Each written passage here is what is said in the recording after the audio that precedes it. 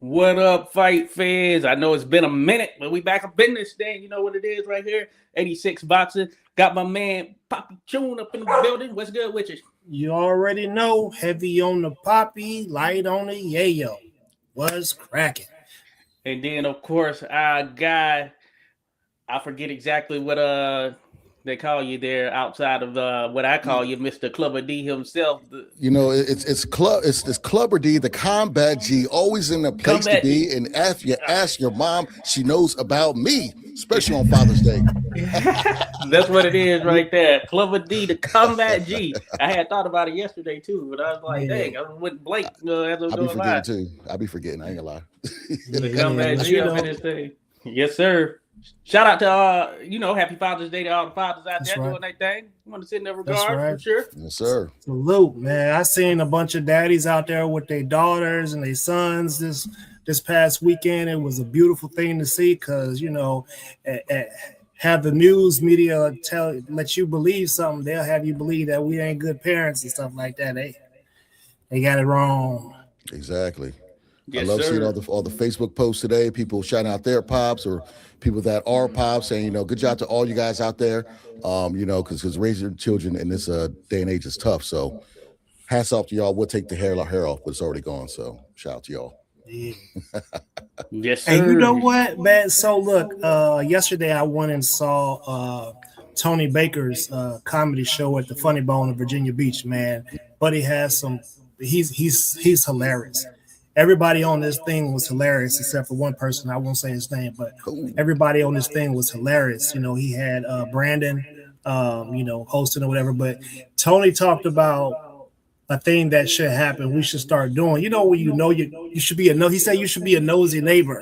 You should be like, you see somebody coming out somebody's house, be like, hey, how you doing? Just make sure that they see you, just in case they don't try to be a serial killer or something like that, or one of them child loving type of people. You'd be like, hey man, Child love. whose kid is that? Who's that going to your house over there? Just be a nosy neighbor. Mm-hmm. You should know your neighbors. You should be cordial with them. I know my neighbors. I talk to them all the time. Oh yeah. I know what they got going on. They know what I got going on, and we make sure we look out for each other. Hey, neighbors are the first line of defense. You know what I'm saying? Yeah. So if something pops off, what are you gonna do? You're gonna ask across the street. You're gonna ask next to you. Hey, y'all see something? You know what I'm saying? So that's 100% agree with that. Oh yeah, yeah. We know ours. And we got some older neighbors around here too, and I know that they know exactly what's going on at all times. That's At right. all times, so we can count on them for sure. Speaking of neighbors, I think we're all that age where when someone parks in front of your house and you don't know who they are, it's always okay. It's 5 minutes. So are they going to move the cars? Or going to stay there? What's going on? I took that one step further. I got an alarm that'll sound and it'll make them doodle on themselves if they ain't relieved themselves properly. Yeah, we had some cats that was trying to park down here at the end of my road. You know what I'm saying? And they started making it like, why is you parked in front of my house, bro? Y'all out there smoking weed in front of my house? Like, go smoking in front of your house. Right. I'm gonna set this alarm off.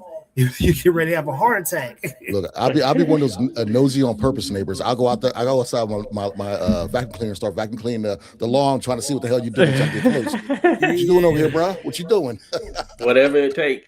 Damn Whatever right. it takes, no doubt about it. I'm with you there for sure. But man, hey, it's been been a lot of stuff going on in the boxing world, of course. Last night we had, or I would say this past weekend, we had a number of fights, right? But Oscar Collazo fought, and he is a Puerto Rican minimum weight fighter, though he fought at 112 pounds at this particular one last night. He ended up getting a stoppage, and he looked pretty good. And it was a late replacement opponent because of the fact that his original opponent, I think his last name was Kanoi, he ended up having the visa issues. But that being said, Collazo ended up going up to 112. So he fights at 105, but he fought at 112 for this particular contest. And he looked good. He ended up getting the stoppage. I want to say it was probably around the third round, somewhere in that range. But that being said, hey, he's one of those guys that's in that pound for pound ranking right there in terms of minimum weight. You know what I'm saying? That's the lowest you can get Mhm. right there. But that being said, he's knocking them off left and right. Their minimum weight. It looks like he's ready and about to make the move up to 112 if the opportunity presents itself. You know what I'm saying? Bam would have been good, but he's moving on up himself though. Yeah, man. Lazo is goods, man. He's a really skillful fighter. I swear if he was the 130, 135, they'd be saying he was the next whatever, but Yeah. he's definitely good. I'd like to see him challenge himself at 112 because ain't nobody else messing with him under that. Damn close. And Nope, it's nope. kind of like that, like the Bam, like you mentioned. He's a shark with a bunch of minnows, and he's gonna look great. And us as viewers are gonna be saying, yeah, he's in our top, but we need to see that signature fight. You know what I'm saying? I need to see that person is gonna push him to that next level, so he kind of fits the bill being in that pound for pound discussion. Oh yeah. Yeah, no, I'm with you there for sure. Shout out to my guy Trey Titan dropped in. Trey Titan in here says salute, welcome back. Appreciate you there, Trey. Glad to be back in the mix. Hey, for others who come in, all that stuff, be sure to hit the like. Be sure to check out everybody. You know what it is. We got Papi Chung Yayo, his channel's connected. We got Clubber D channel connected. Be sure to check them out there, folks. We appreciate you there for sure. But yeah, so we'll see what happens with Collazo as far as what's next. And since you mentioned Bam, there's been some chatter of Bam and Inoue fighting here at some point. Bam just had his first fight at, what was that, 118? 118, yep. Mm-hmm. 118, okay, so 118. Now, of course, Inoue's been at 122 for a good minute now. He had a number of fights there, like 7 or 8 fights or something like that. Mm-hmm. Something close to that, at least. And I just wonder, size-wise, how Bam would handle it, but I want to get y'all's thoughts on that potential there. Bam, Inoue, I'm assuming at 122, even though Inoue's been thrown out there at 126 as well. You know what I'm saying? But I want to get y'all thoughts on it. For me, Bam's last fight, I wasn't a fan of Bam's performance. He knocked him out. He did great, but to me, he's getting hit too much. I think if Vargas had more power, if he had better footwork, he could have been a problem for Bam. But one thing in Bam's favor, he has that bonk syndrome where that noggin and neck ratio is very, big head, small neck. So I guess he can take he's a certified pillow crusher. Like when he lays down, he's crushing that pillow. So, with that big noggin he got, I guess he could take a hit, but I just didn't like the way Vargas was teeing off on him. But Bam, he showed that power's translated. I just wasn't a fan of what him and his team said after the fight, where Inoue, but then when you're getting interviewed, it's we're down for whatever. And now they're talking about unifying already, which is fine for his legacy. But I like I said this before, I'm old school. I like hit 'em up style. Name the person you want to fight. Call Inoue out. You know what I'm saying? I don't want to hear whatever. I want to hear Inoue's name out your mouth. Yeah. Me personally, man, I think Bam would give Inoue some problems. Inoue is definitely skilled. I mean, he definitely has skills. He's proven that time and time again.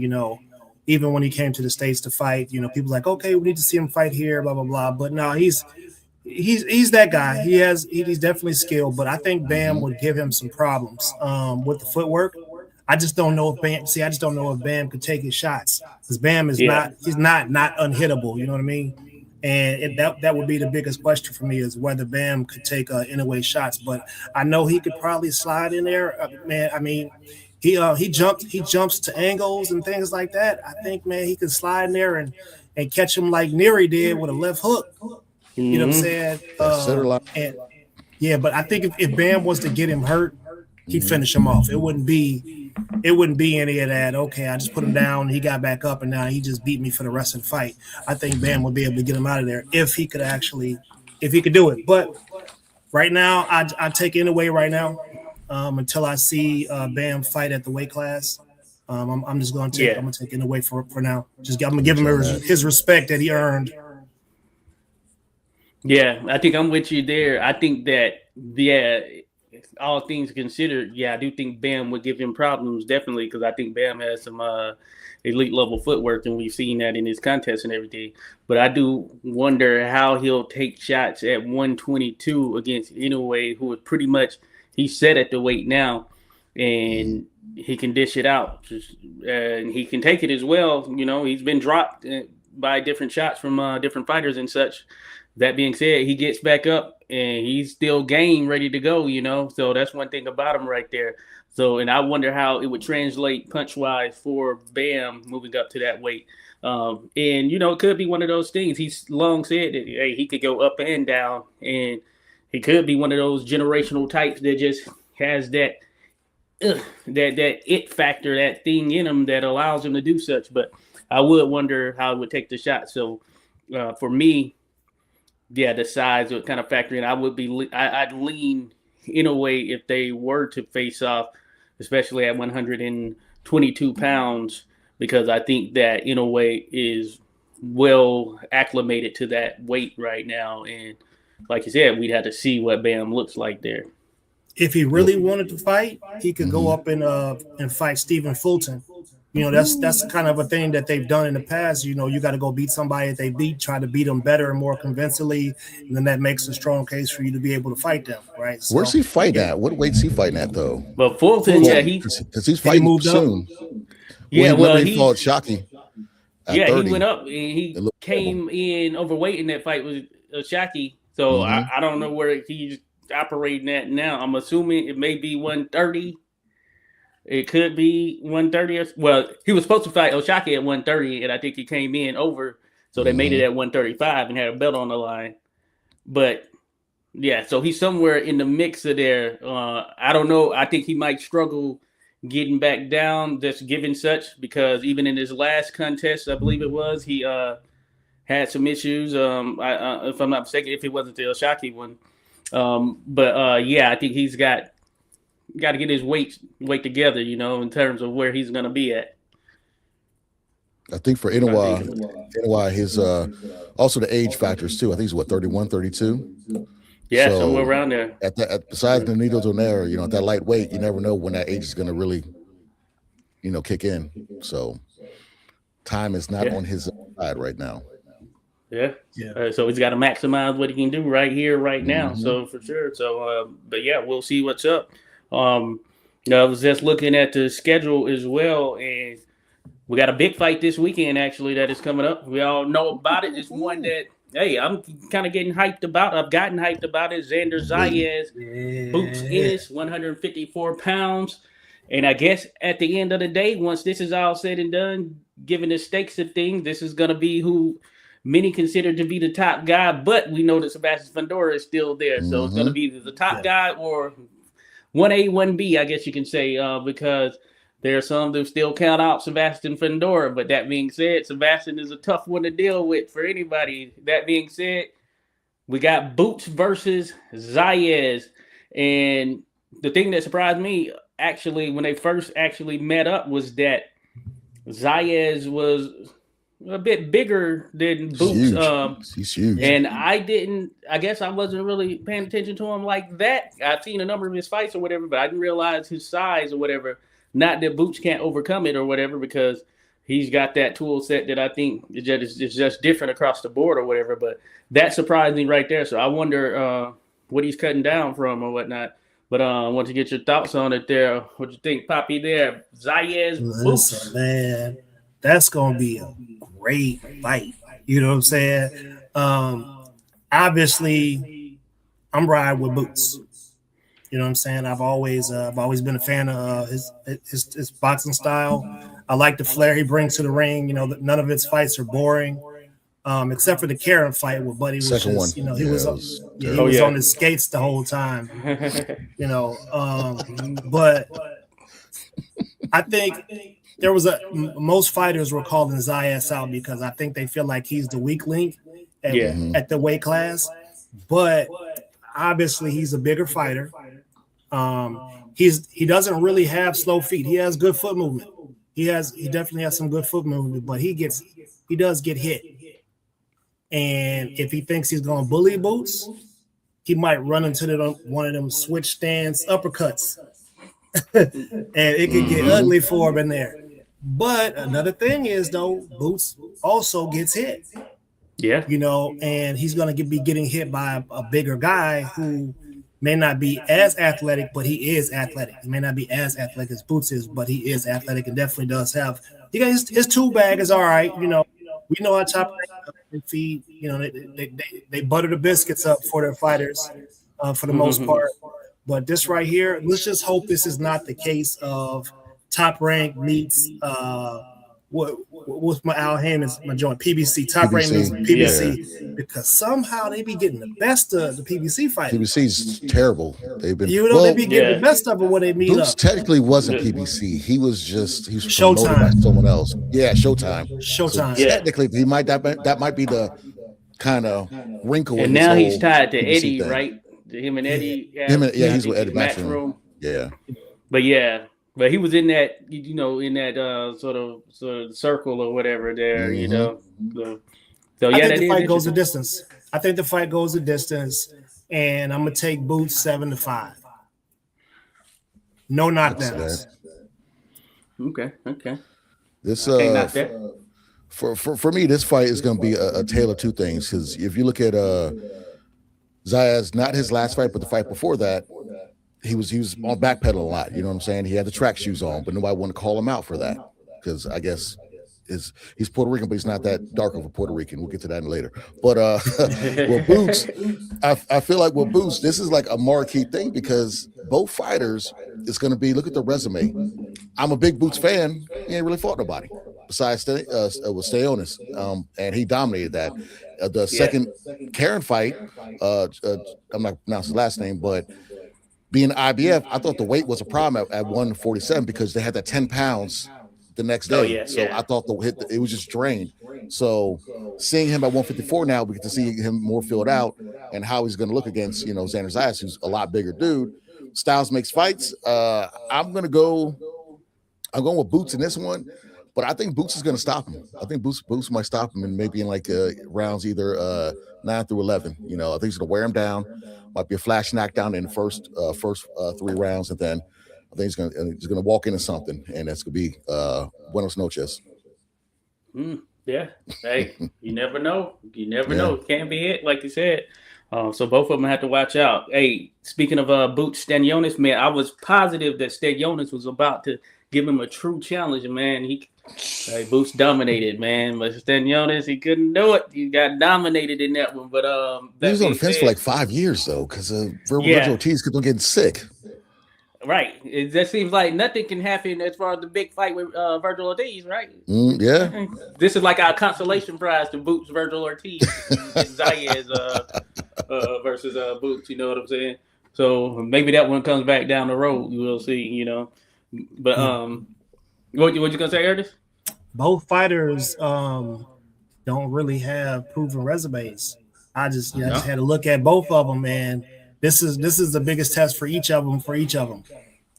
Yeah, no, you're right. I was trying to think of what Zayas' best win is. Yeah, man, nah, bro. Buttermilk biscuits. Quick one on Virgil Ortiz. I think he jinxed himself because remember that fight when he beat Lubin? After the fight, Boots goes in the ring and he's like, "Who do you want to see next?" And later on, he's like, "You know, I think Earl Spence in Dallas Stadium would be the fight." Like, don't nobody want to see that. Like I remember that. This was when Boots was in his face, right? Yeah, he was like, "Oh, baby." It's like prior to that, he was all for it. I didn't like that move either. And now he's fighting with the Golden Boys, so that's the jinx. You jinx yourself when they messed that one up, man. They definitely messed that one up. And there's still things going on with that litigation between Virgil Ortiz, because I saw there's something mentioned last night because it was a Golden Boy, what Collazo fought on. It was a Golden Boy promotion thing, and they mentioned that. And initially, they sided in favor of Golden Boy, so it was Ortiz and his team in breach of the contract or whatever. So we'll see what happens. But right now, he's sidelined, you know. Mm-hmm. Yeah, that's the comedy show all in itself, bro. Anytime you got Oscar involved, man, listen, I like Oscar, man. He's funny to me, man. He keep it real, you know what I'm saying, for the most part. But buddy come out in the banana hammock and gets to roasting like, listen, I'm more Puerto Rican than you are. I was raised over there, buddy. You know what I'm saying? Like he destroyed Berlanga, bro. Oh man, he got that was funny. Bro, that was funny right there. You can't even speak Spanish. I was like, ooh. Ether. Got him. No, that's true right there. But no, I'm with y'all, man. I think that I like Boots in this contest with Zayas, and I think it's gonna be a pretty solid turnout there. In Barclays, Brooklyn, Oh in the yeah. house right there. You know, I've been out there to Barclays for a fight or anything. I think that would be a cool one to kind of check out or whatever. But yeah, I think that Boots got more tools in the bag. If someone mentioned that, I think he just different type of fighter there, and I think Zayas is good, damn good, you could argue. And I just think Boots has a little bit more. But I'd pick it to go to decision, but I wouldn't be surprised by a stoppage on behalf of Boots, you know what I'm saying? Mhm. Because he does have a way, as Ernest mentioned, him just come up with some kind of crazy little from out of nowhere uppercut that just catches you, that you just flipping down the side or Not whatever. even see it coming. You never know. Oh, Yeah. You And never I know. mean, he definitely. I think this fight's gonna make him get. He gonna have to get in his bag this fight. He mhm. really is. I do believe he's gonna have to get in his bag this fight. Like I said, I'm not gonna discredit Xander or nothing like that. You Yeah. know, because he used to be one of us. He used to have cornrows and stuff like that. Yeah. And then somebody's PR team was like, "Hey, look, guy, we need you to cut the cornrows off. We want you to You get look a like comb, we want you to Zorro. have a comb over." You know what I mean? And then it was just like, damn, bro, you was rocking Called with him us for a Zorro minute. last time. You called him Zorro last Yeah. You done switched it up. Rico Suave looking at him. They Hey, he want saw you the to Yeah. rise of clean Bad cut. Bunny. He saw Bad Bunny rocking. He's like, I'm gonna rock the same Yeah. way. You know? Yeah. So, No, you're right. and then though. you know what? And then one thing we go, for sure, if anybody try to argue with, you know what I'm saying, Boots, he gonna be like, bet something. Mhm. What you gonna put on it? Bet something.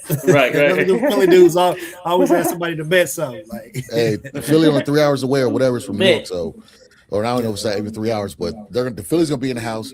New York's gonna be in the house. They're gonna ride for Yeah. Xander Zayas, and then Knicks just wants to know how wild their fans are watching some of them yeah. videos out I there. think it's So gonna be be deep. a wild atmosphere. It's gonna be Yeah. wild.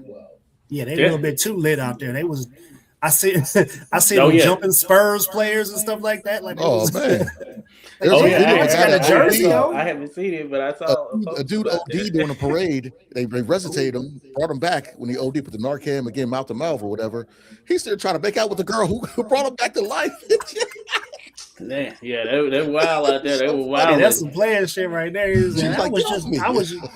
I was just playing. I wanted to see if you give him mouth to mouth. Yeah, that's what she gave to Narcan and everything. I was like, wow, That's they funny. are wilding. Yeah, I've seen some videos online of some of the stuff that is transpired after they won and all that stuff. It was crazy. Yeah, they ran to the wrong one time though. There was one Spurs fan. Oh Dude yeah, looked like Francis Ngannou. But it was wrecking shop, man. He chased a couple dudes off. He smashed another one up. he was Hey. just in a wrestling Can't angle, run up local wrestling promotion. I'll send you the video on Instagram. Okay. But they brought him Oh, out, yeah? and these guys were in New York joints. So he like kind of beat everybody and cleared the ring. I was like, hey, strike while the iron's hot. Keep going with your little, Right, right. Take advantage. fame. Keep going with that. Take advantage.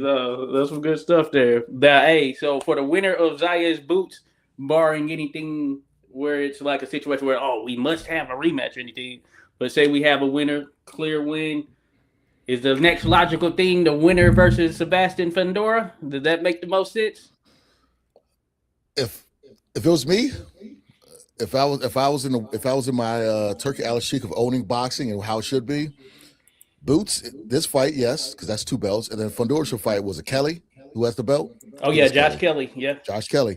They should already have that scheduled for the next 2 or 3 months, and then at the end of the year of 2027 or whatever, sometime that time, we need to make a undisputed. We need to see who's the best. That's my logical thinking. Unless I was Devin Haney and Shakur and Keyshawn can figure out what they want to do, I just make myself the mandatory at 154. Yeah. Make it interesting. Why not? Haney Boots. That could be interesting right there. That could He be tried it, very but they said no. Mm. See, because you still got Ortiz Jr. there as well. True. You still They got on him sideline. there. They sidelined him. That Oscar. That's if Yeah, Oscar that's wants him to true. fight though. So That's true. I think. I think. I mean, Abbas Baral is there. yeah. Oh yeah, I like him. Yeah, it's Xander. Oh yeah, maybe that's it's close Xander's there. best win right there, right? Maybe Mhm. Yeah. Baral. I think he's better than what people think. Yeah, it's some smoke there. Yeah, that'd be. You know, he coming with Centillion it. is there. Oh yeah. Oh, he's at 154. Mm-hmm. Interesting. Yeah. No, there's some people there. So And then you can't sleep on Brandon Adams either. true. Hey, Cannon. We got the fight next week. No one's really Is it the week after? Yeah. I mean, it's a name. If Spence wins, it's a name at 154. Oh yeah. So. Oh yeah. You know what? You know, thinking about it, yeah, Spence Zoo, the winner of that could be someone in play right there. Mm-hmm. It sounded like he had 1 foot in and 1 foot out when he did his last interview that I had heard from him. It sounded like, he's like, it sounded like he just said let me do this fight. Let me go beat up on him in front of his home crowd and let me see how I feel. It almost sounded like he had 1 foot in and 1 foot out. I feel like he's always been like that. And then he finally came out and talked about the rib injury, which we had heard about, but nobody confirmed it. Mm-hmm. And we was like, wait a minute, was he on something? It just looked kind of weird, man. I mean, was it a painkiller that he was on, in that fight? But he went in there pretty much with a broken rib, I think. We're talking about with Crawford. Yeah, that's some information that kind of muddies the victory up a little bit. I personally think it wouldn't have mattered. And also, Spence's problem is if this wasn't water, that's the problem with him. Mm-hmm. And because you got to remember when they announced that fight, he was at a day party drinking, having fun, while Crawford was already in the lab. You know what I'm saying? That's so right. that's always been Spence's Achilles. Yeah, that's always been Spence's Achilles heel, kind of like his stablemates, is the partying a little too much.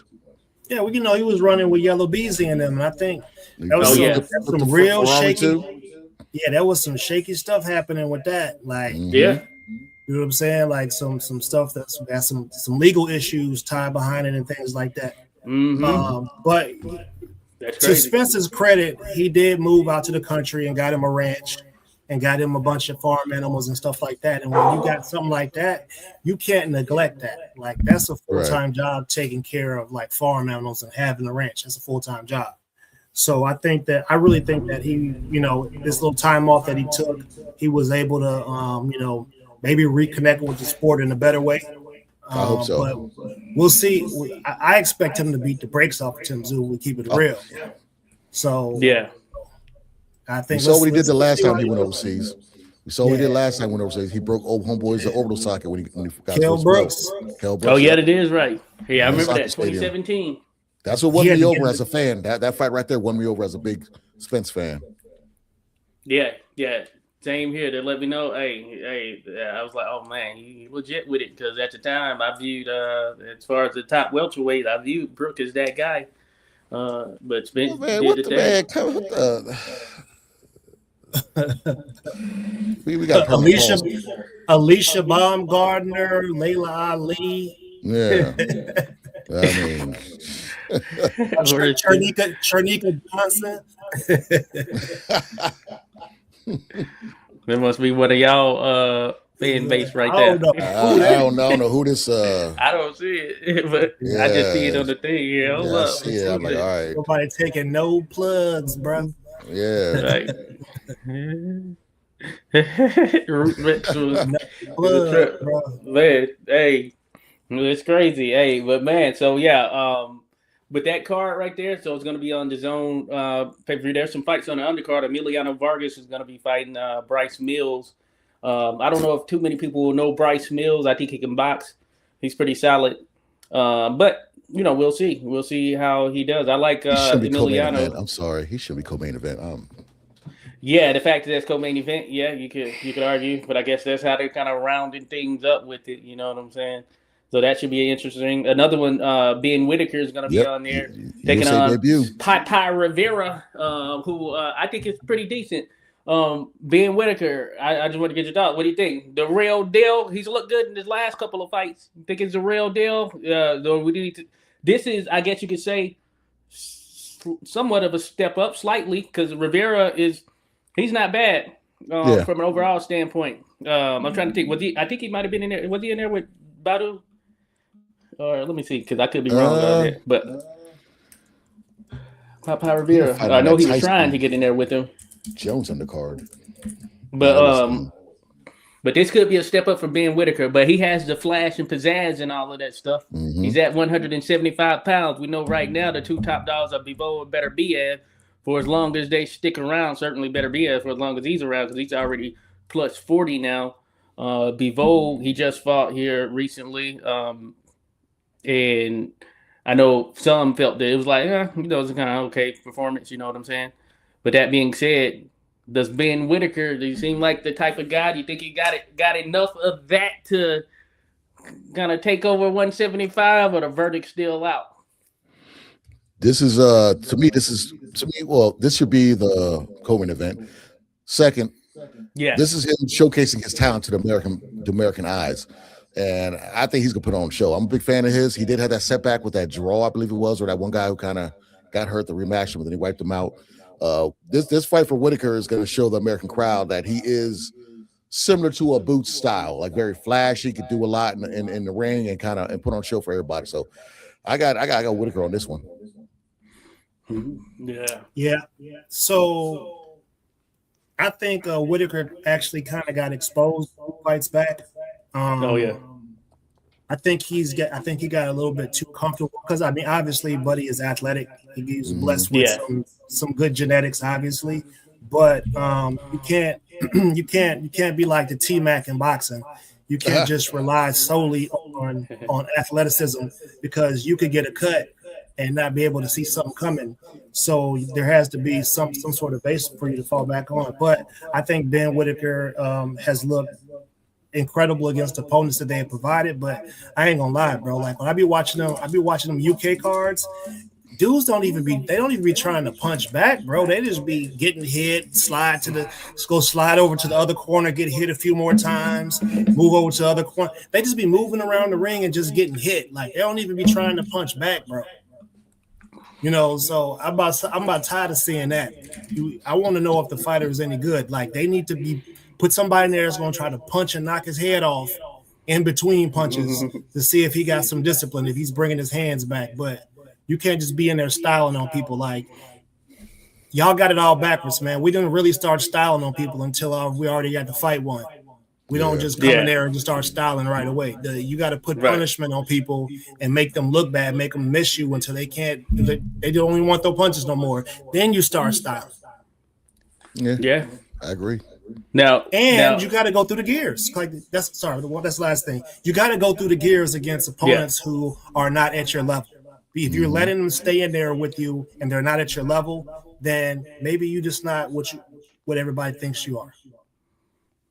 No, I feel where you're coming from there, because I know what you're talking about. That Whitaker did come back and beat dude, but that was the first dude with who was actually been in with some people. You know what I'm saying? And that first fight, it wasn't a good look. They say it was a legit injury or something like that. His back, right? Yeah, something with the back or whatever. Even though it didn't look like it. Well, I would say, maybe visually it didn't look like it, but I see what you're saying there. And maybe this will be a showcase, as you mentioned there, Clubber D. Maybe it's more so a showcase. I was actually looking at the 175 rankings according to Ring, at least, and man, I think that Whitaker, despite how he's looked, there's still some people on the rankings that I think that he would have a lot of trouble with. You know what I'm saying? Oh yeah. They got they actually still got Benavidez ranked number 1 at light heavyweight, which of course we know that wouldn't even be anything they put him near him. But you got Caleb Smith, Anthony Yarde, Iman Kaitev. Kaitev is the one who probably beat David Morrell, even though it went the other way. You know what I'm saying? Got Buatsi still up there. Willie Hutchinson, who I like. Najee Lopez, who looked good. Hot Rod to give him some problems. And Hot Rod's not even ranked in the top 10 ring rating. I think he would give him problems too. Well, hold on. Is crazy? Beterbiev, he's still the WBC champion, right? I guess because he's WBC been out silver. Yeah, I think he probably still has the title, but it's been over a year since he fought. And usually when you're talking about the rankings, they move you out once you're a year gone from actual fighting. So that's why he's not showing up in rankings. This Ideally, fight's he'd for the probably be number one. silver belt for WBC. And is this? I could be wrong. Is the silver belt the interim? Is that a step below the interim? I believe their it was rankings probably are all a just step weird. below or something like that, because Right. technically, because he hasn't fought since that actual that Bivol fight, right? So I guess what would have been on the line would have been the main titles or whatever. So he could still have one of those secondaries or whatever. If they were doing it smart, I would have, after he gets rid of this guy, I would have him fight Yard for like a passing of a torch, British fight for his people over there. And then after that, it has to be a belt. You know what I'm saying? Because I'd be a name at least. You want to collect that June belt, huh? Yeah, go ahead, snatch that up. Hey, shout out to Tara Brown. She's the one and only Juneteenth champ. Shout out to her. We got it. Mark Menace. Man, I can't believe they got away with that, man. That She got a belt. Like this She got big, that man. Juneteenth belt. Her whole body. A Juneteenth belt. I want somebody to go to get that Aztec belt they made. I want one of the brothers to go down there and snatch that Aztec belt on, because that joint was cold. Hey, it can happen. The one Canelo got. I want them to put it up. The one Bud got when he beat Canelo. That was crazy too. They ain't finna let none of us fight for that Aztec belt. Right. If it was on the line. Hey, but Kiera took that Australia belt that they had made representing Australia, got all the Australia bedazzled. Right. He took that jump. Hey, coming back with me. Gonna hop on back over here to the US. Need that belt, 2 boomerangs. Let me get that. Oi.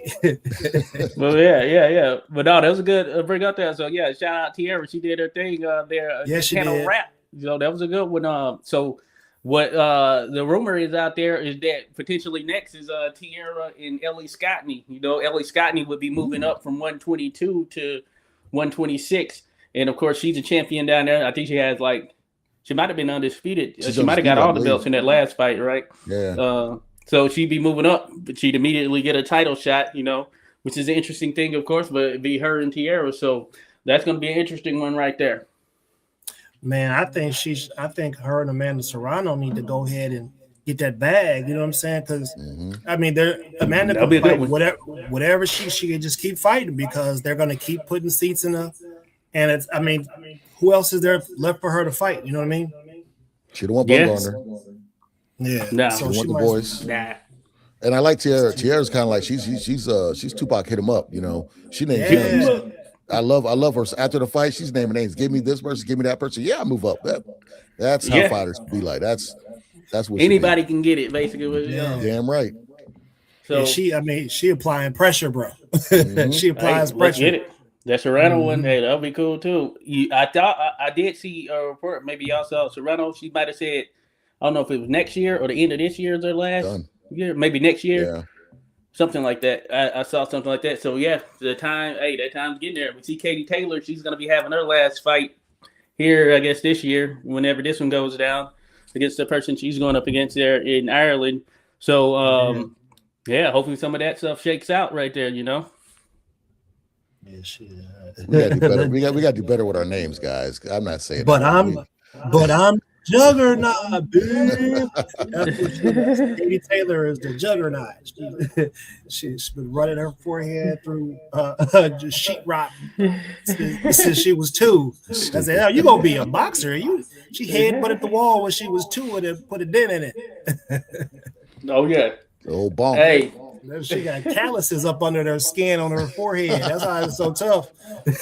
Half human, half ram type shit. Oh man, yeah, she's a centaur. She's half centaur. The lion, witch in the wardrobe looking at. Oh man. Hey, another fight we got coming up is an exhibition: Mayweather Jr. versus Zambidis, some kickboxing cat from Greece. Y'all checking that out? Nope. If it goes down, at least. I mean, if he doesn't get sued again on the way to the fight, man, it's just a lot going on with Mayweather right now. They say what happens in the dark will come to the light at some point. Man, I tell you what, when it comes to boxing, to boxing, I always pick Floyd. You know what I'm saying? When it comes to a boxing match, I've never picked against him. You know what I'm saying? Because of the skill set that he particularly has. But let me tell y'all something. To the people out here listening and watching, it's never a good idea to make a bunch of money and then throw it in the faces of your supporters who don't really have money. Like that's just it's just something about that don't sit right with me. You know what I mean? Like be a philanthropist. You know what I'm saying? If you made it to that high of a level, we don't need to. Man, you got 50 Lamborghinis. Like how many Lamborghinis do you need, bro?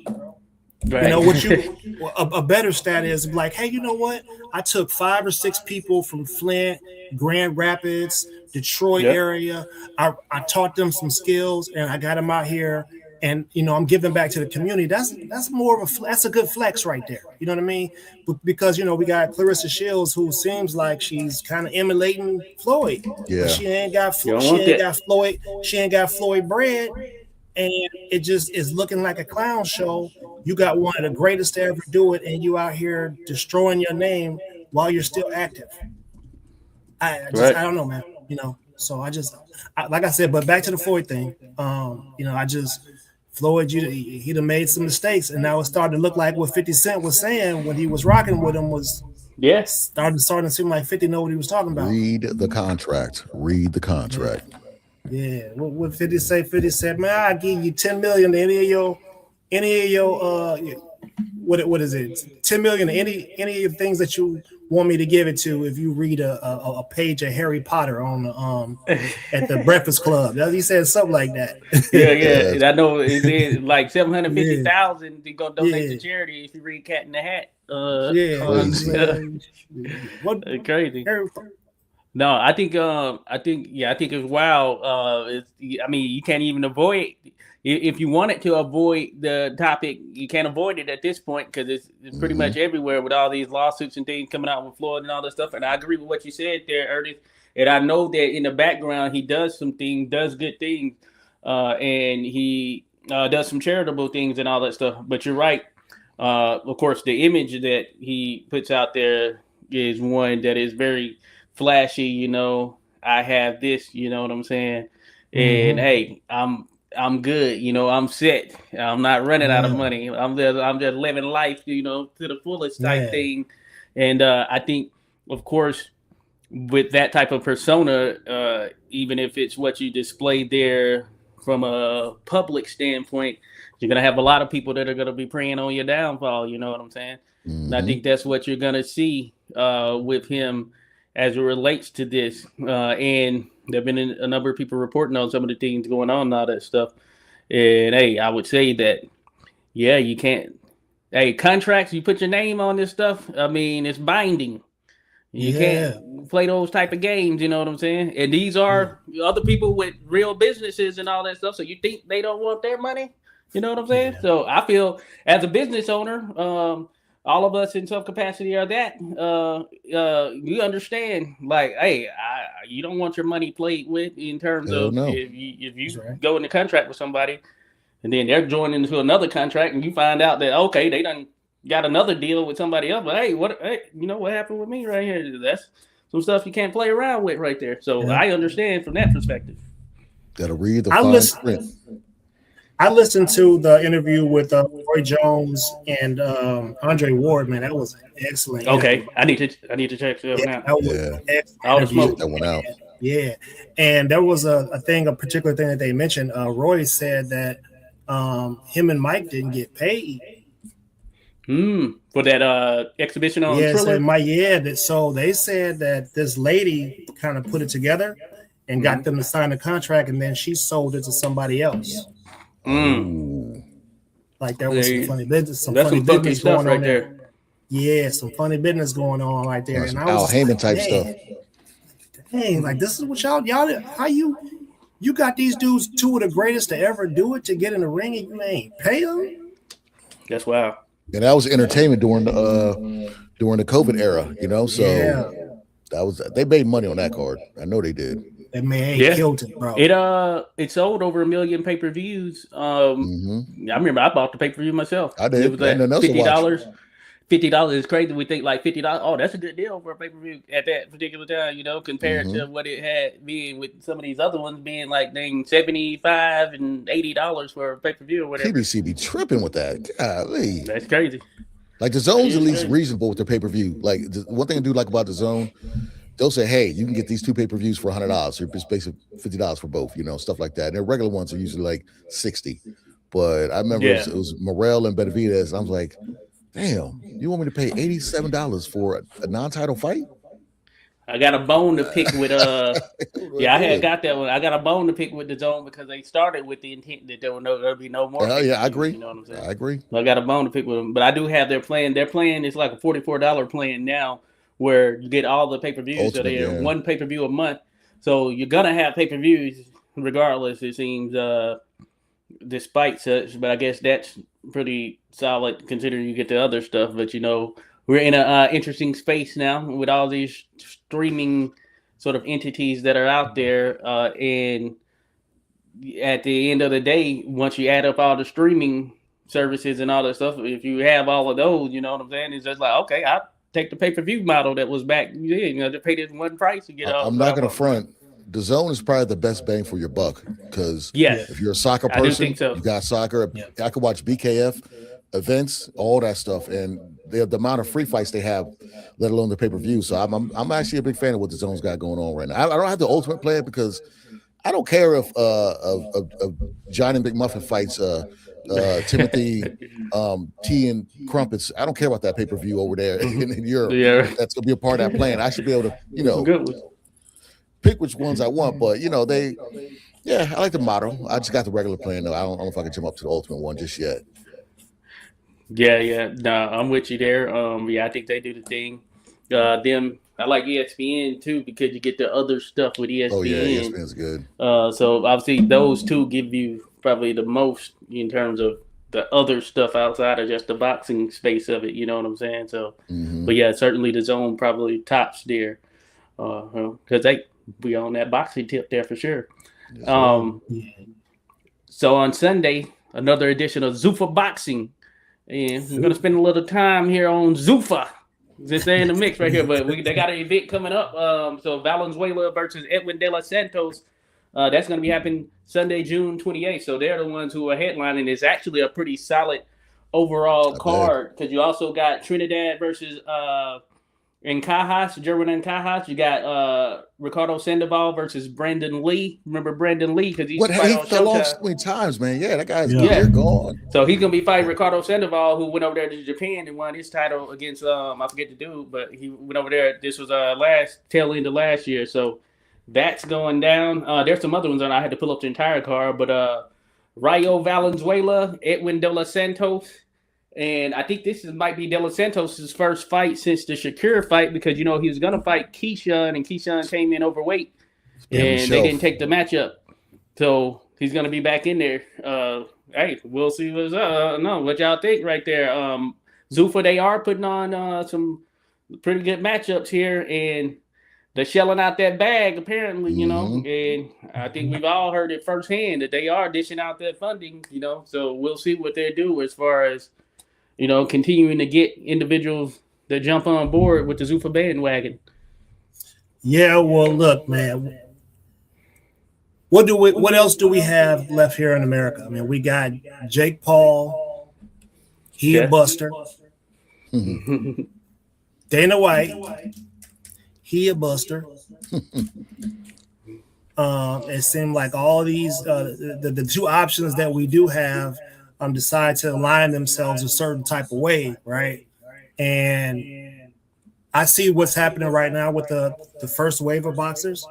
I see it kind of like selling out in a way because you're gonna get your paychecks first. You're gonna collect a huge bag, but at what cost to the sport are you getting paid? Yeah, you got to go get your money, but at what cost to the sport?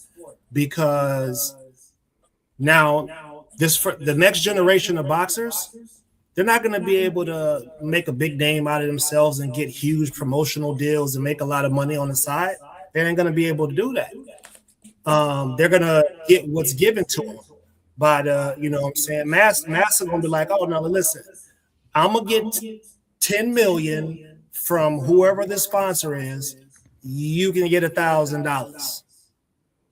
I'm splitting, and he's gonna have tiers of how he pays out his fighters. I'm just not a fan of that, bro. I see what's happening. It's like boxing is being colonized. That's what's happening. It's being colonized right now. You know what I'm saying? And it's happening in a funny way, and it ain't gonna be good. It's not gonna be good. I'm gonna watch it. It ain't gonna stop me from watching it because I'm not throwing. It's not my paycheck, but I feel bad for the dudes. They're gonna place whoever they want to place. They're gonna place their guys in the spotlight, and doesn't matter if we got a great fighters doing X, Y, and Z.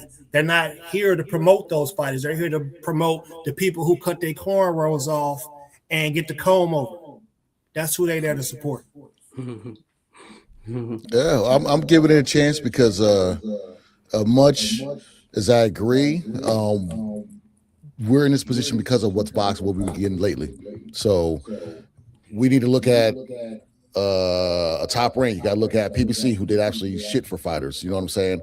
People putting fighters on the shelf. Look what they're doing at Virgil Ortiz at Golden Boy. You know what I'm saying? So because of how jacked up they are right now, this is the reason why the Zuffa has to come and do what they're doing. You know, it remains to be seen how they're going to operate it. Because, you know, Turki Al-Sheikh has his health problems. So after a certain while, who's going to be advising him? Who's going to be telling Dana White what he should and shouldn't do? Things of that nature. I'm 50-50 with Dana White on some things I agree with, some things I don't agree with. But I'm eager to see how Zuffa does because we need a change in boxing. Because it's Stockholm syndrome. We just keep going back and complain. We need somebody to come in and kind of make the fights we want to make. They're trying to, if they sign Devin, if they signed Shakur, we get that fight.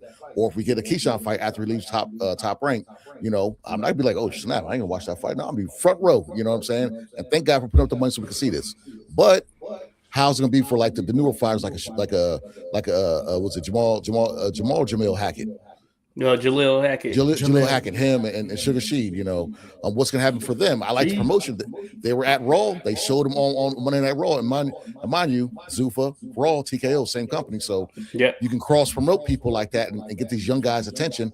It was cool. They got the shout out, you know what I'm saying? And they had him on the stage with Connor Ben, that being Sugar Sheed. So I'm eager to see how they're going to do with these younger guys because they can get the names. Yes, you need names to be a promotion, but how you promote that younger generation. That's why I'm really tuned in to see how they're going to do this moving forward.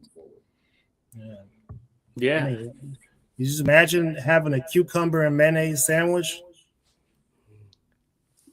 Could you imagine that? Like, you know, look at the outfit, the outfits, the ring walks, the you know what I'm saying, the gear that we be wearing. Like, we got our own style, bro. Ain't nobody in the world do it the way we do it. I don't think Conor Ben's come out like that. I think that stuff's going to change because they got to come out in a uniform. When they did their live fight, it was a different vibe when they were overseas with that one Canadian guy who tatted up, who's just a walking punching bag. It was a different feel when they were live, not in the Apex, actually at an arena. So that gave me a little sense of, okay, it might not be as bad. The production was a lot better. But at the Apex, it's just like watching UFC at the Apex. It's bland as opposed to watching that when they're actually in a real stadium. So I'm holding my stuff till I see a fight in a real arena instead of the Apex. They're going to have some Zuffa boxing trunks on with a, what do you call that energy drink, or a Monster energy patch. A Monster energy patch on there. Yeah. Looking like Rocky Part 1. Oh, man. Looking like Rocky Part 1. So look, hey, I was listening to Godfrey. He's a comedian the other day, right? He's a master impersonator. He just does great comedy. He was making fun of the space landing. Like he's like one small step for man, one large step for mankind. Like that's what we got. Like, bro, like black people would have been like, oh yeah, we own it. Yeah, we here first, cuz. You know what I'm saying? Like we would have put a different type of energy behind it. You know what I mean? Like I just don't want the soul sucked. I don't want, you know what I mean? It'll just be like, who's their announcers? I know.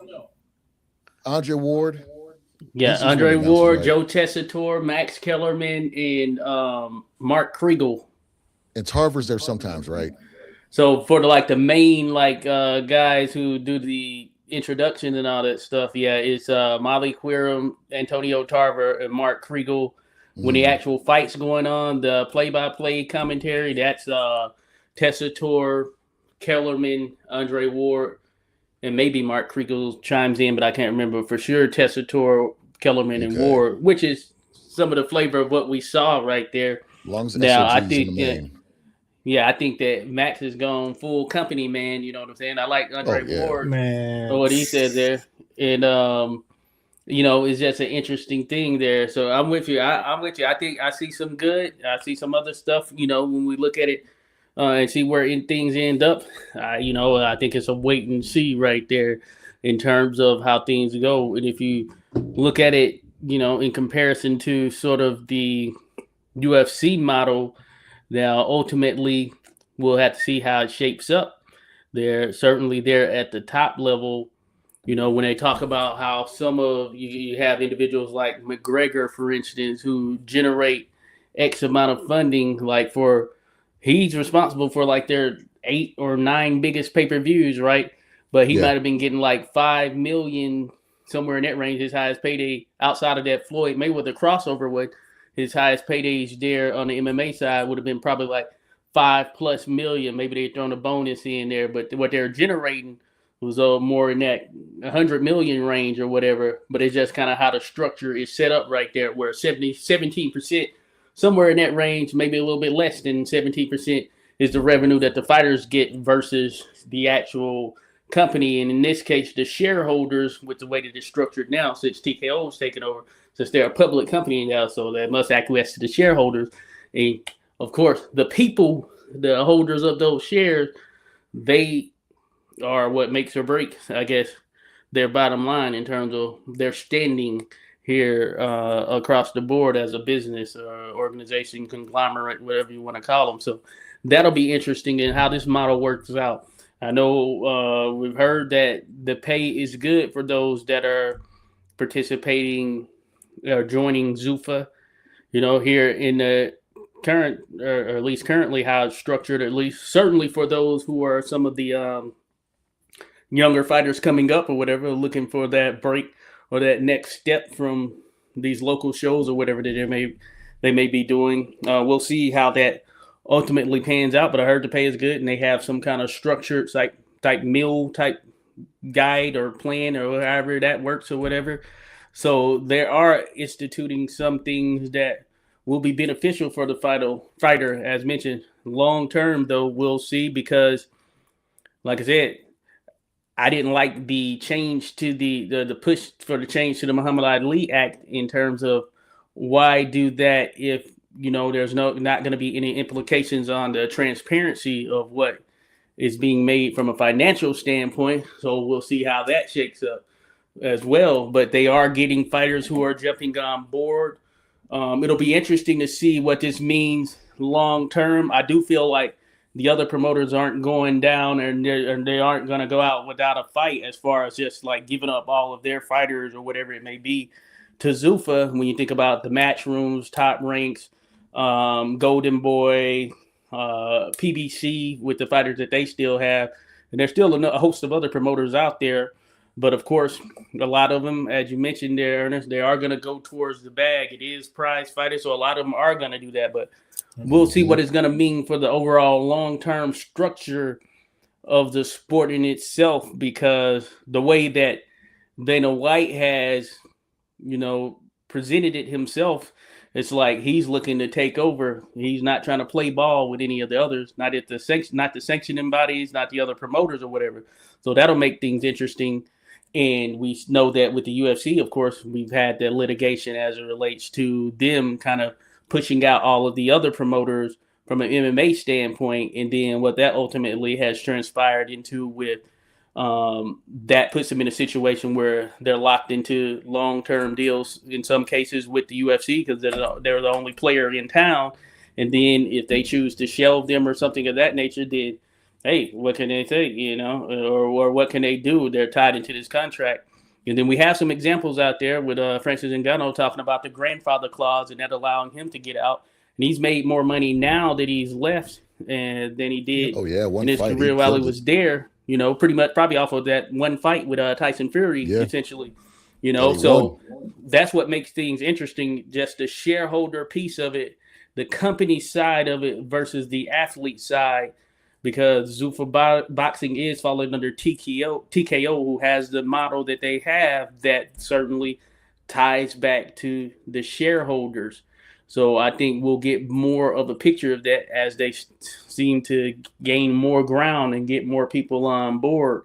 They're about to do a show in Ireland. I saw something of that nature. So this is going to be another. We'll see what this looks like. A show in Ireland. I saw something of that nature. I'm gonna tell you what's gonna happen, bro. It's gonna end up being like the NBA. It's gonna be very Eurocentric, for sure. Gonna be Eurocentric. Wasn't there a time where we used to say that monopolies were no good for business and real capitalism? Monopolies are not good for capitalism. So how is it that this, you know what I'm saying, this butterbean head dude who aligns himself with people that we should throw off the cliff gets the opportunity to come and take over another sport when he didn't run his own sport the right way? They started doing WWE style type stuff. You know what I mean? Like it just, I don't know, man. I just don't. Well, they're the top dog, so he got them from bar fighting to pay-per-views to being on. He brought MMA to the mainstream and kind of made stamp of that. So he was fun to fight for Tito Brothers, and it kind of got him to that next level. But he say what you want about Dana White. He did what he was supposed to do with what UFC. And he started as a boxing promoter before he went to mixed martial arts. But I don't know if he's gonna go to the European route. I think he's just trying to get markets. Dana White sees the bigger picture when it comes to stuff. If he has an American fighter and they're not selling out, but you have a good British fighter or a good fighter from the Middle East, like a Islam or a Habib, who's bringing in so many viewers, so much stuff over there, he's going to market the hell out of that because it's all about money. Yeah, he's not going to just forcefully say, I'm going to market Johnny from Minnesota when ain't nobody watching in Minnesota. So I understand that. You got to make money. It's not about just, so I'm eager to see how it does in boxing because it's just, I don't think it'll translate the same in boxing. All the better are right here. That's why I think he's signing up a lot of talent in the DMV area. The Conor Ben is just icing, just say, hey, we want you guys to watch from over there, and then he's going to showcase one of our guys on that card. But but I'm not kind of eager if he's going to play ball with Oscars. It's supposed to be, him in Top Rank or Golden Boy, playing nice together. So you saw what they did with Jay Overtire. Do you think Conor Ben deserves $10 million to fight anybody? Hell no. So Dana White, what is Dana doing, bro? You gonna get his buddy dude? Did Conor Ben deserve to sell out a soccer stadium in a non-title fight? No. Okay, so look, that's what Dana White sees. That's a completely different, whole other situation. So I've explained this before on the show. I'll do it one more time for the people who haven't heard it before. Over in the UK at the huge stadium, they have a lottery system in order to get tickets. You have to put your name in a lottery, and the venue can hold 90,000 people, and you got X amount of millions of people in the UK and surrounding areas. They're all competing to be able to get one of those seats. So you're never going to see an empty venue there, ever, never. So, and they don't charge the same type of prices they charge in America. So it's kind of like, it's kind of inflated. Those numbers are inflated. Like Conor Ben is not going to come to America and sell out 15,000 at the Philly arena. He ain't doing that. He ain't got a partner that he can get in there with. He's in Florida. He got 5,000 if that when he fought in Florida. Yeah, and then he shouldn't have been fighting in Florida because he was suspended in the UK. Them eggs, man. So how was he able to come to America? You know what I'm saying? You done ate some funny eggs, and you get to come to America and cheat. I just think he sees the bigger picture. You had Tommy Fury fighting Eddie Hall, and they packed that arena out. You know what I mean? So that's what he's saying, and I totally understand that. If you can get that young fighter who beat one of the Vargas's brothers, what's his name? Caleb Walsh. Yeah, if you can get him in Ireland and showcase his talent and get that big whatever crowd they can get over there, he just sees the dollar signs, man. That's all it is. And until he fight somebody real, he's gonna get tapped. But damn man, I hate the business side of the game. It's man. I ain't money. even gonna lie to you. Wu-Tang gonna said lie it to best. you, Cash man. rules everything Yeah. around me. Okay, because Yeah, I didn't Got lie a to dollar you, that bill, shit. y'all. yeah, we go to Maryland Live, watch our local fighters fight, and if there's a certain fighter packing the crowd, when the last card had a guy, I forgot what Asian country he was from, but he won the main event of that Pro Box card. Erdenbot. Yes, Something. Mongolian. they Yeah, were Erdenbot. deep. They Yeah. were deep. Okay, They in Allentown, bro. That's where they at. All the Mongolians are up in Allentown, Pennsylvania. Shout out to the franchise, Frankie Sinbad Scarborough, or everybody, Erdenbach? all the local guys were fighting on that card, but Scarborough, he has a good following. Frankie Scarborough, shout out to the Scarborough Yeah. Army, but Yeah. Urban Bot, that is, woo, man, like I'm telling you, so that's what they see. They see them people who support and shelling out them ducats. So what happens? What happens if Turkey checks out in the next year before Zuffa gets going? Because I mean, we know where the money's coming from, right? Yeah. So if you got one player that's funding, the Riyadh season and the DAZN thing, and then you got that same player who's funding the Zuffa thing, that's another monopoly. So now we're talking about some serious consolidation of power here. It's Nick from Khan. non-Americans. It's Nick Khan, he was the I think he used to be the Rock's agent or something like that, but he's one of the main guys at TKO who's with WWE. And that's the same conglomerate that owns UFC and Zuffa Boxing. So yeah, so they have the people in place to where Turkey's just a face probably, and Nick Khan's usually the main guy behind the scenes doing a lot. Yeah. So it's interesting. I get it.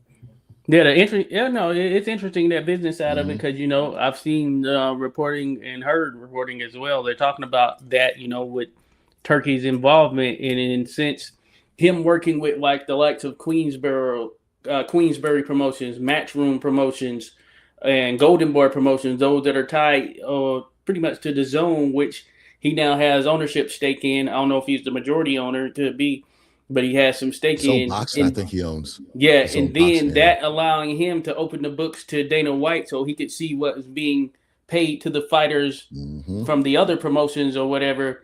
And with Dana White's intent on, of course, taking over and seemingly, from my perspective, pushing the other ones out, as well as the sanctioning bodies.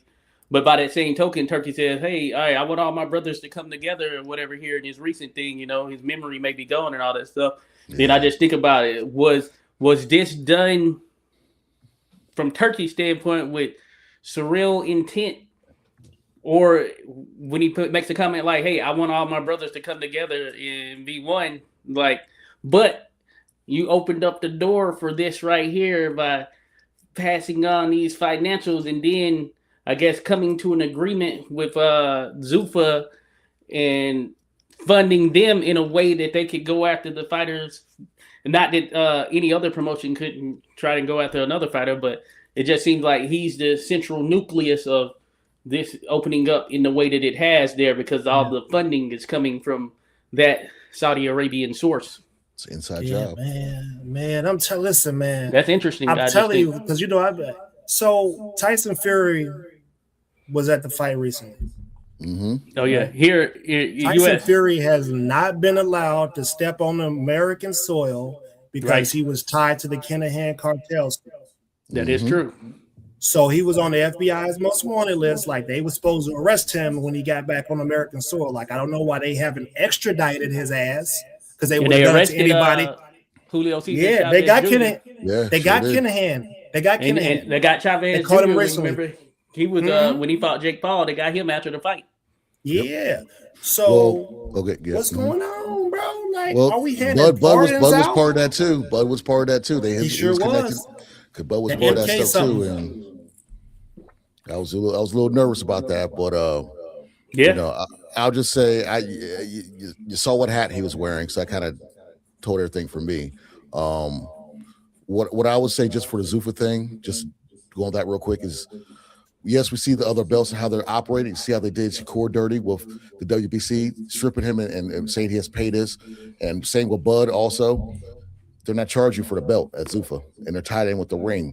So that's kind of like a slap in the face to the other promotions. Hey, why are you doing this corrupt stuff? Okay, You know, we're not gonna do that with our people. So come on over here. It's like Suge Knight going to Source Awards. You know, we don't want to take money from you. You know what I'm saying? If you want to be the star, come on over here. Okay, we're not gonna have our board of whoever gonna take 75,000 from you when you only getting paid 300. You know what I'm saying? So it's if I was a fighter, I like to keep the money I earn because I'm getting punched in the face.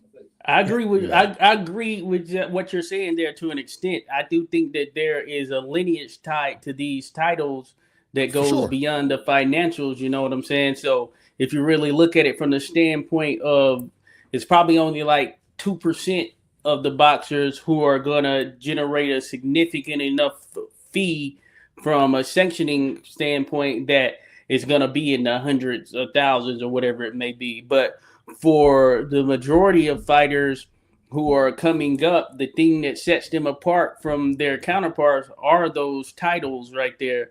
Mm-hmm. And then the lineage that is tied to them. Otherwise, they wouldn't matter, period. You know what I'm saying? So I do think that Zuffa, hey, they have the right to have their own belt or whatever, but I don't think that supplants or takes precedent over the lineage that ties back further along in the sport of boxing in the way that 100%. You have with the WBC, WBO, WBA, and the IBF title. But generally speaking, the ring, while it's a representation of, they do have a title and they do recognize the top fighter in the world or whatever, the overall real lineal aspect of a title, it doesn't necessarily tie back to a ring from a box, to the ring specifically from a boxing standpoint.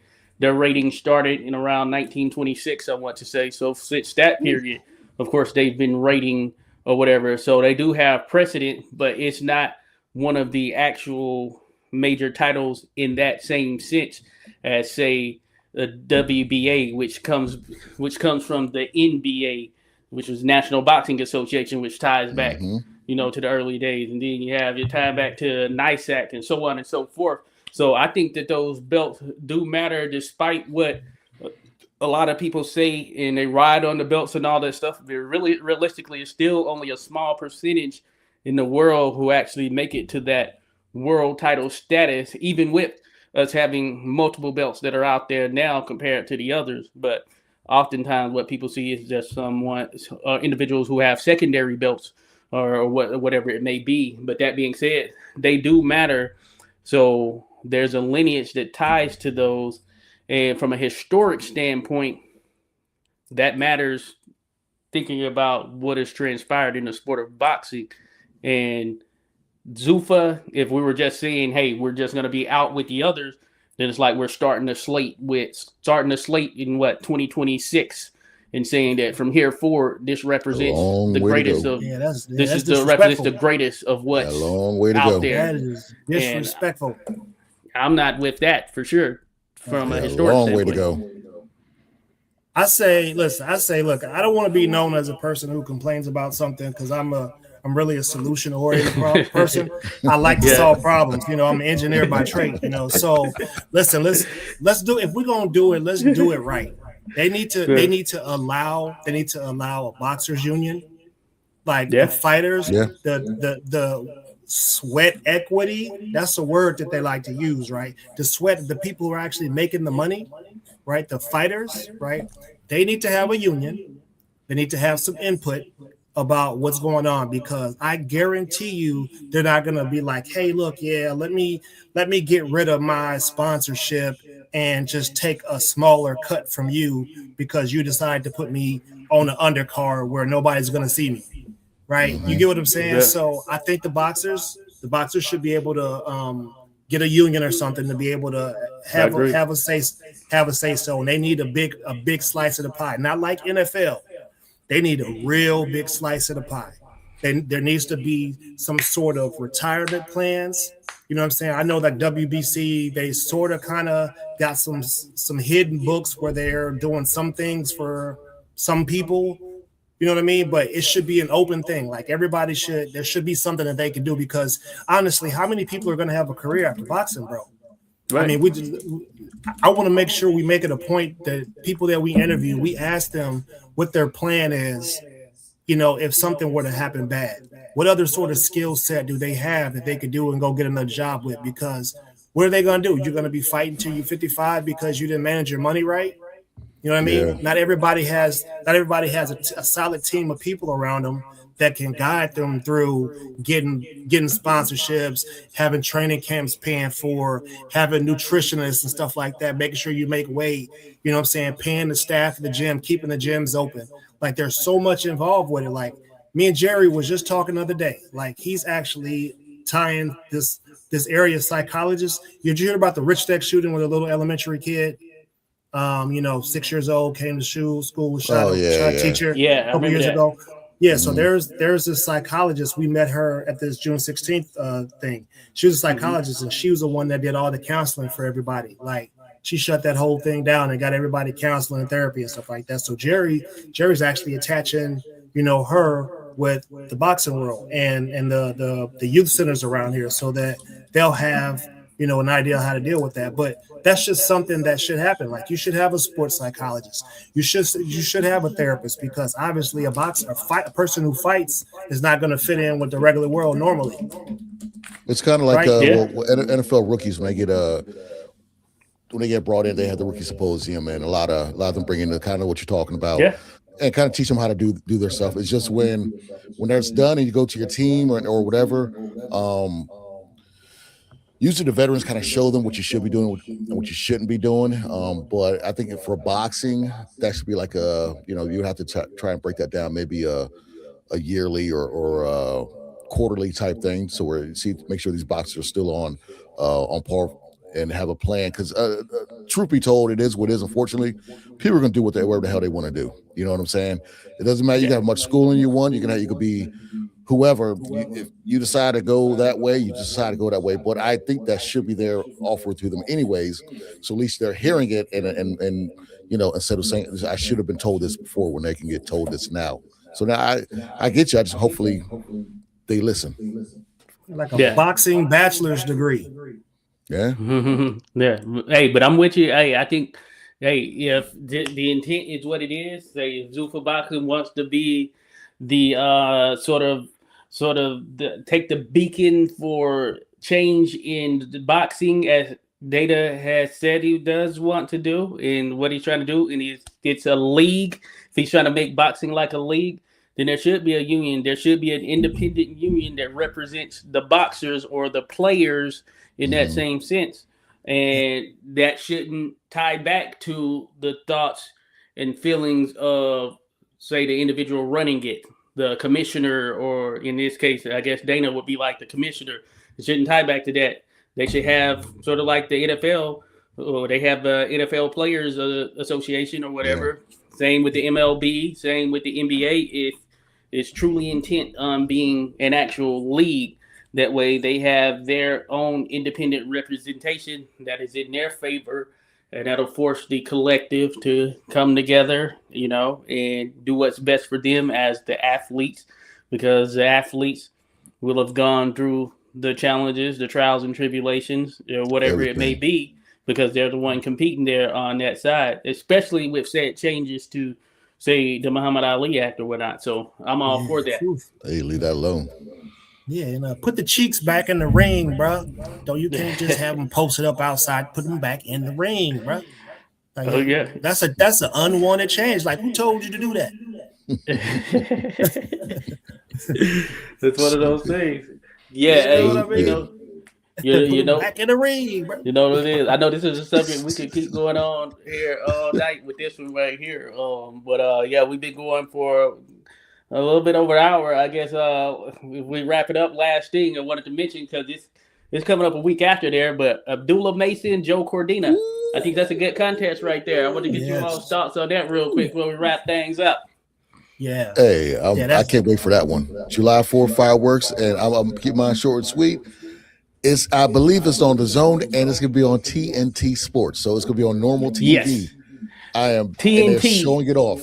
So having Abdullah Mason be the first, and Shushu also, who's on undercard, is be fighting also. Yep. I'm all for this card, because Abdullah Mason to me is the face of young boxing. He does everything the correct way. I think it's just I know he's 21. Brother, you and your brothers, I love what you're doing, but I need a personality, okay? I need you to be more lively, all right? I need that out from Abdul Mesa, but I'll be tuning in. And yeah, him and Shushu both, it's not going to last the distance. It's going to, I'm giving it 10 rounds. I could change I'm with you there. Yeah, that's the fans definitely win that night. That's going to be an incredible night of boxing. Obviously I'm riding with the home team. 2 times 2. Call it what it is. That's why I'm riding with the home team, baby. But listen, man. I mean, if TNT is about to get into boxing, that's a good thing. Yeah, it's a good thing. When I first saw that. Yeah, hey, when I first saw it, I thought it was the British TNT because they changed BT TV or whatever, BT Sports or whatever to TNT over there. But then some people were telling me, I forget who I was chatting with, they were mentioning it's DT and Turner Network Television. You know what I'm saying? So and they lost the NBA, so they need something. Yeah, right. So they branching out, trying to get some other things happening there. So I'm all for it too. So I guess it's a joint thing, promotional wise, or I guess they'd be more so not necessarily promoter, but the network, but them, the Zone, I guess, because some fighters from the Zone, so they're doing a joint thing.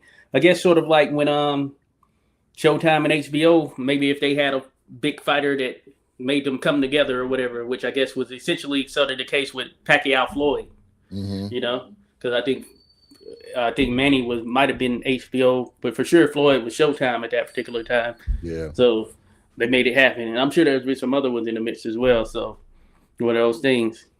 Yeah, I think at this particular point in time, we can make a strong case that, pretty much anything that has to do with sports should be centered in the United States of America.